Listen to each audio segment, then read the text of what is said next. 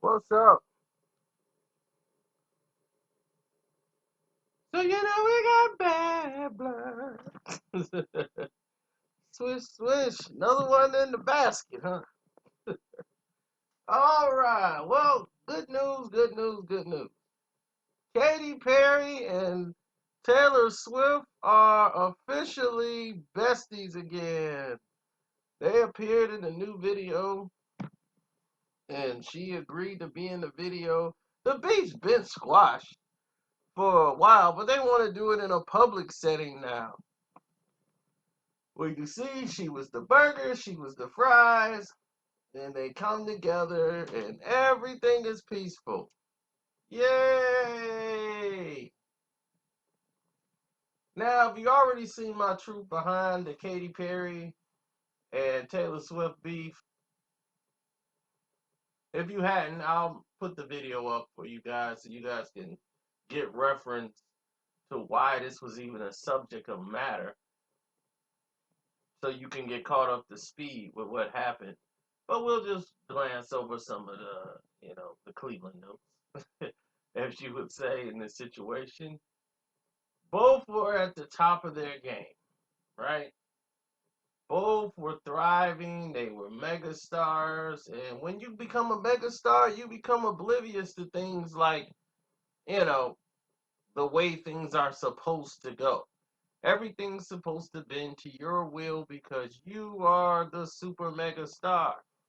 So with that type of mentality, you have the attitude of people who just don't care. They just want their way.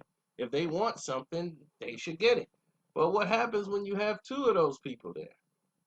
Then you have a tug of war. Then something happens that the other one don't like, and one might sell three more records than the other, and you have a issue. Such as these two. Such a mean and nasty issue that these two couldn't wait to get their hands on each other. It would almost came down to a fist fight. So the real reason for them deciding to go after each other on records is because of the simple fact: ego. Ego is a big drug that everybody sips, and you don't know it until you start falling down. Katy Perry's last album with Nicki Minaj, she decided to cut her hair to make herself look more lesbo. And she was like, yeah, that's it. Swish, swish. Another one in the basket. Got Nicki Minaj out there and didn't realize Nicki time was up. And it backfired. She's dissing Taylor Swift on the lyrics and everything. And everybody's like, uh-oh, she's coming after Tay Tay. And what happens is this don't work. This is not like hip hop. And in hip hop, it just don't normally work either. It brings attention, but the wrong attention. And that's what I'm saying. If you're gonna beef, don't make beefing like Tupac laid it out the blueprint basically and told you. Don't make dissing your comeback. Because if you do that and you try to diss as your comeback, then that's all you're gonna be.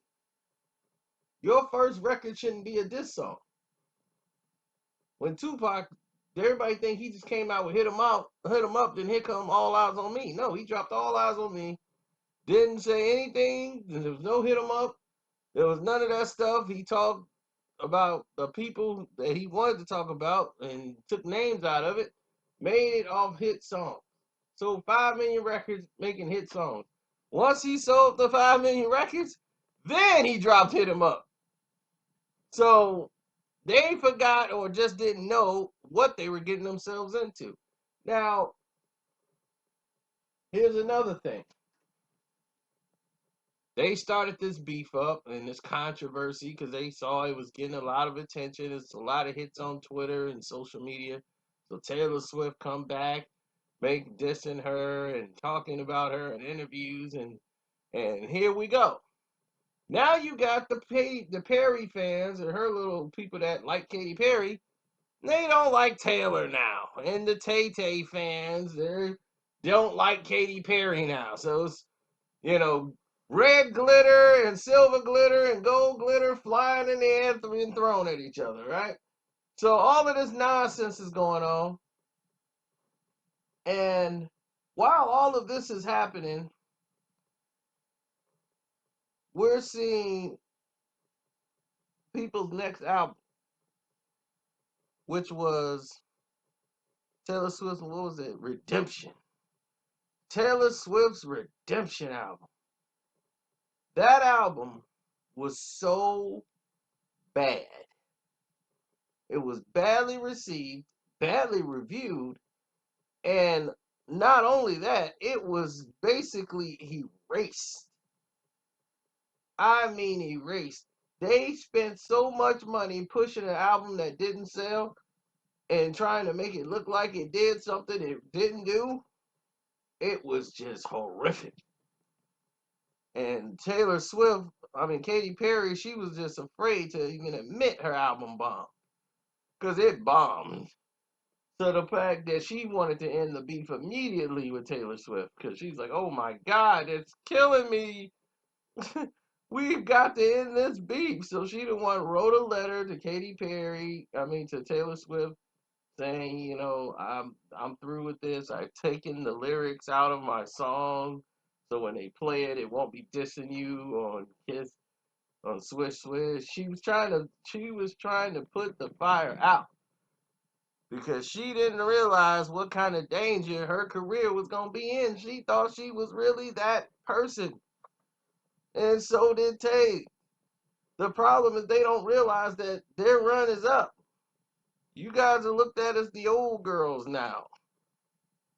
You know, you girls are almost in your 30s if you're not there already. And they're moving on to newer artists coming in, newer, younger audience. Your core audience, they're grown now.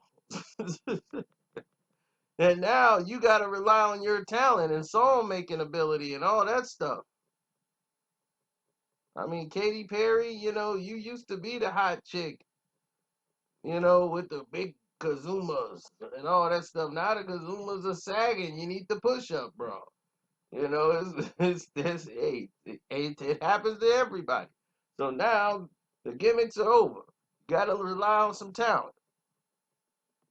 Now, when Taylor Swift came in, she was the country star. Boy, how that changed. And Katy Perry, she came in with the pop music. SOS, I kissed the boy and I liked it. I kissed the girl and all that craziness. So all that pop music, all this stuff, and they've all changed their shirts. And now they've evolved into something that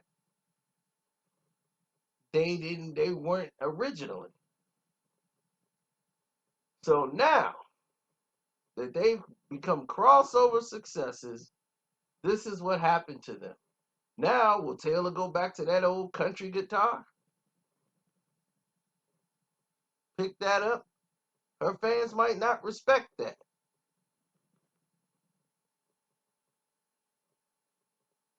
So now, when you see things like that happening, oh, it's going to be a video and a special guest appearance by Katy Perry and them hugging.